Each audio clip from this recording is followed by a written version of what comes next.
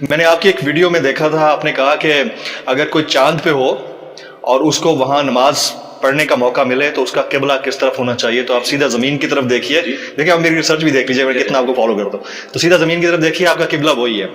اب اگر کسی نے چاند کے اوپر رہائش اختیار کر لی ہے، چاند کے اوپر پلاٹس بک رہے ہیں، لوگ وہاں رہنا شروع ہو گئے ہیں، اور چاند کے اوپر رمضان مبارک آ گیا ہے، چاند کے اوپر آپ نے روزے مکمل کر لیے ہیں، اب عید کا چاند دیکھنا ہے تو کیا کیا جائے؟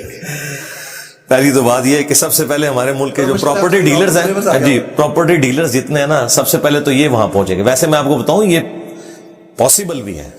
اس وقت یہ بھی جو انڈیا والوں نے اپنا مشن بھیجا ہے، انہوں نے جو وہاں کی جو رپورٹ دی ہے اس کے مطابق چاند کی سرفیس کے اوپر جو پتھر ہے نا، اگر ان میں سے آکسیجن کو ریٹریو کیا جائے تو 8 ارب انسانوں کے لیے 1000 سال کی آکسیجن موجود ہے.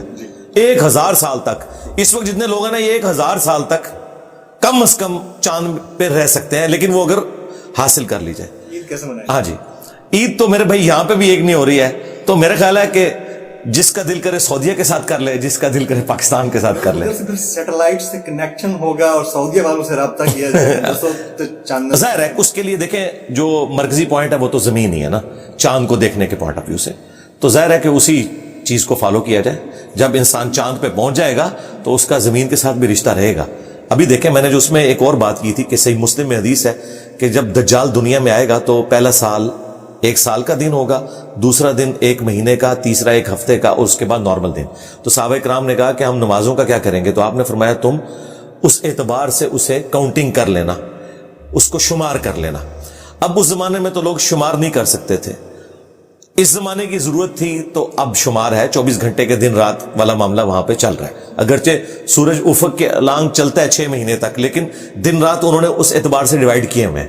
آپ عشاء کی نماز بھی سورج نکلی ہوئی حالت میں پڑھ رہے ہوتے ہیں. تو اس کے لیے جو سٹینڈرڈ ہے وہ تو گرین وچ ٹائم سے لیا ہوا ہے نا. تو ٹھیک ہے، زمین ہی سٹینڈرڈ ہوگی، زمین کو سٹینڈرڈ مانا جائے اور اس اعتبار سے عید. اچھا، چندریان کے چاند پر پہنچنے کے بعد چاند اتنا پاک ہے کہ عید کے لیے دیکھا جا سکے. یہ افغان ٹک ٹاکر ہیں جنرل مبین، یہ کل ان کا سٹیٹمنٹ ہے کہ انڈیا، وہ ازراہ تفنن انہوں نے کہا ہوگا لیکن کہا ہے کہ انڈیا کا چندریان وہاں پہنچ گیا، انہوں نے ترپال ڈال لی اور ہم مسلمان اب ہندوؤں کو دیکھتے رہیں اور اس کو دیکھ کے اب چاند کو دیکھ کے عید منائیں. تو کیسا؟ نہیں، یہ تو جذباتی بات ہے. میرا خیال ہے اس طرح کی بات نہیں کرنی چاہیے اور ہمیں اپریشیٹ کرنا چاہیے. میں تو بہت خوش ہوں جی، میں خوش ہوں اس اعتبار سے کہ شکر ہے کہ سب کانٹیننٹ کے لوگوں نے جو دنیا کو کسی زمانے میں لیڈ کرتے تھے، سونے کی چڑیا تھی یہ جگہ، گورے ہمارے بعد آ کے ایسٹ انڈیا کمپنی بنا کے ہم سے سب کچھ ہتھیا کے ہمیں پیچھے چھوڑ کے. تو مجھے تو خوشی ہے انڈیا کی ترقی میں پاکستان کی ترقی بھی ہے. یہ پورا ریجن ترقی کرے گا. دیکھیں انڈیا اور چائنا کی آپس میں کتنی دشمنی ہے، لیکن سینکڑوں بلکہ ہزاروں بلینز آف ڈالرز کی ان کے آپس میں ٹریڈ ہوتی ہے دشمنی کے باوجود.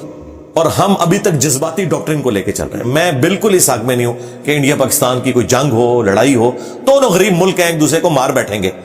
ہمیں اپنی اکانومی کو درست کرنا چاہیے. اگر چائنا نے 90% لوگ 30 سال کے اندر پاورٹی لائن سے اوپر لے لیے تو ہم نہیں اپنے لوگوں کو اوپر لا سکتے. ہم تو نیچے ہی نیچے جا رہے ہیں. یہ بہت افسوسناک بات ہے.